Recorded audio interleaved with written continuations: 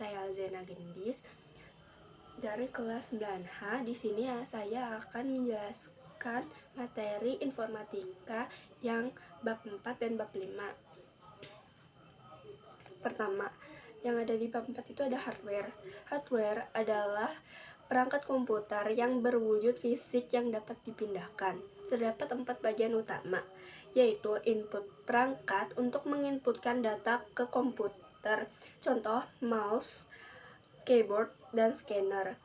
Yang kedua, output perangkat yang menyajikan informasi dari komputer. Contohnya, printer, speaker, dan layar monitor. Perangkat yang keempat yaitu processing.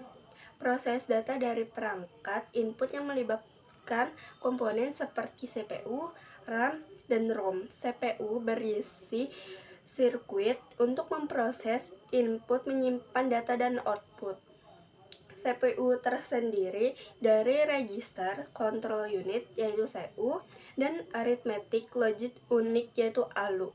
Storage, tempat penyimpanan data sifat permanen, contoh hard disk drive, solid state drive, dan flash drive.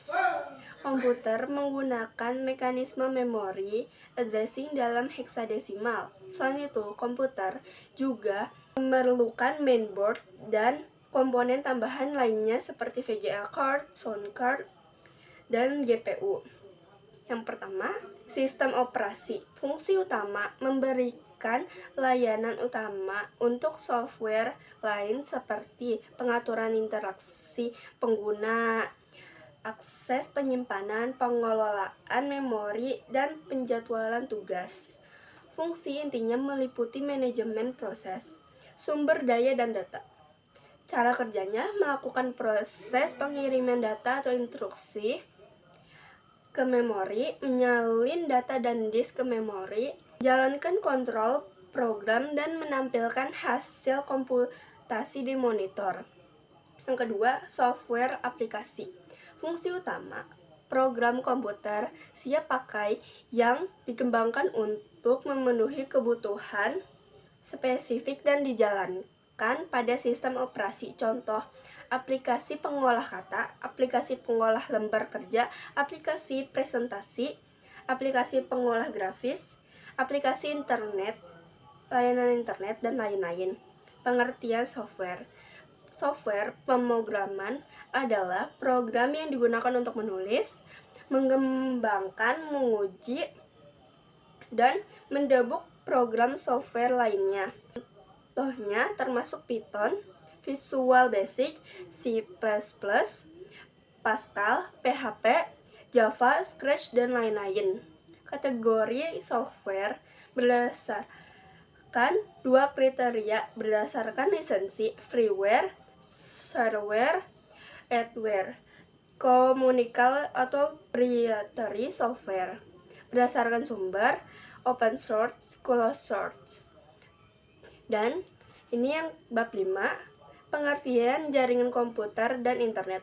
Jaringan komputer, sekumpulan komputer yang terhubung untuk berbagi data dan sumber daya secara efisien. Tujuannya memungkinkan manajemen sumber daya yang efisien dan menjaga informasi tetap handal dan update, mempercepat berbagi data, memfasilitasi komunikasi kelompok kerja, dan melayani klien.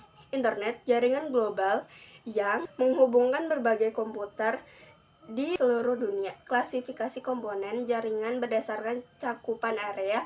Jaringan dibagi menjadi LAN, CAN, MAN, dan WAN, dan internet. Media transmisi dapat menggunakan kabel, nirkabel, dalam kurung, tanpa kabel, dan serat optik, dalam kurung, fiber optik. Perangkat tambahan, switch atau router, digunakan untuk menghubungkan dari dua perangkat menggunakan paket switching.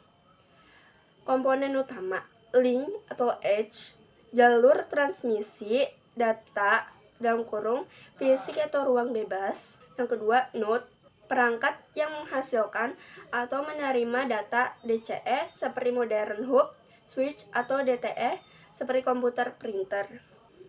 Arsitektur jaringan komputer menentukan desain fisik dan logis serta protokol dan prosedur.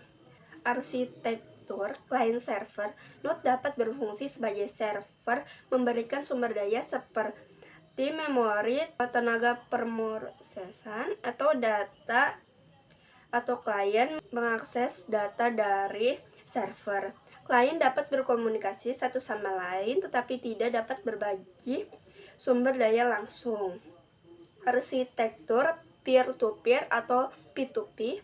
Dalam arsitektur P2P, komputer yang terhubung memiliki kedudukan dan hak istimewa yang sama, tanpa adanya server pusat untuk koordinasi.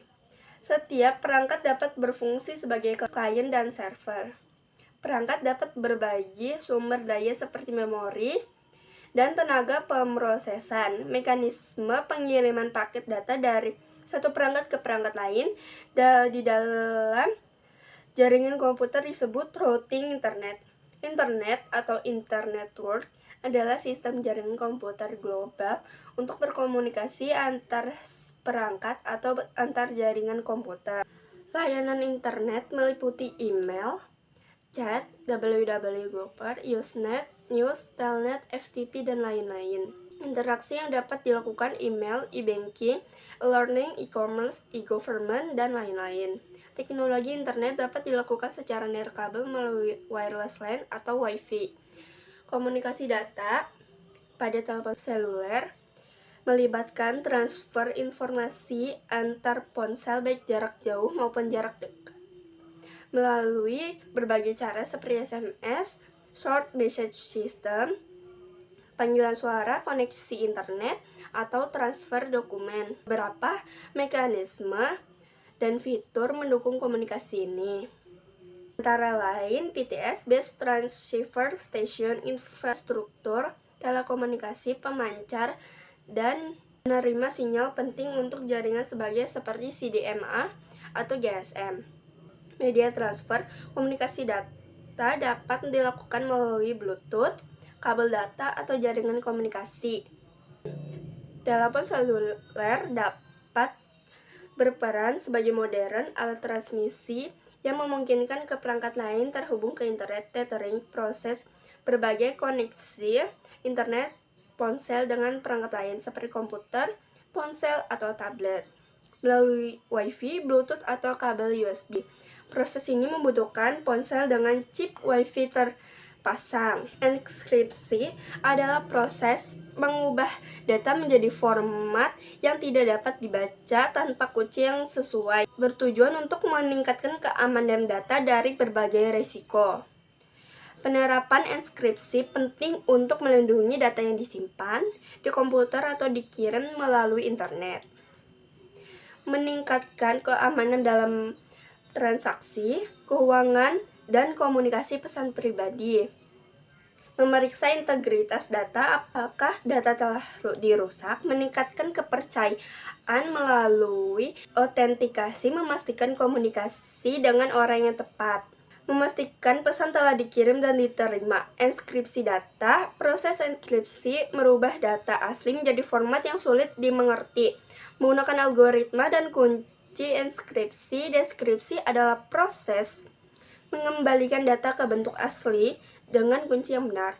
Enkripsi simetris menggunakan kunci tunggal untuk enkripsi dan deskripsi. Pihak yang berkomunikasi harus berbagi kunci yang sama, cepat dan efisien, namun berisiko jika kunci bocor. Enkripsi asimetris menggunakan sepasang kunci publik untuk enkripsi dan kunci pribadi untuk deskripsi. Lebih aman karena kunci publik dapat dibagikan bebas. Keamanan internet. Keamanan saat terhubung ke internet sangat penting untuk menghindari kebocoran data pribadi yang dapat disalahgunakan. Sekian dari saya, terima kasih. Jika ada salah kata mohon dimaafkan. Wassalamualaikum warahmatullahi wabarakatuh.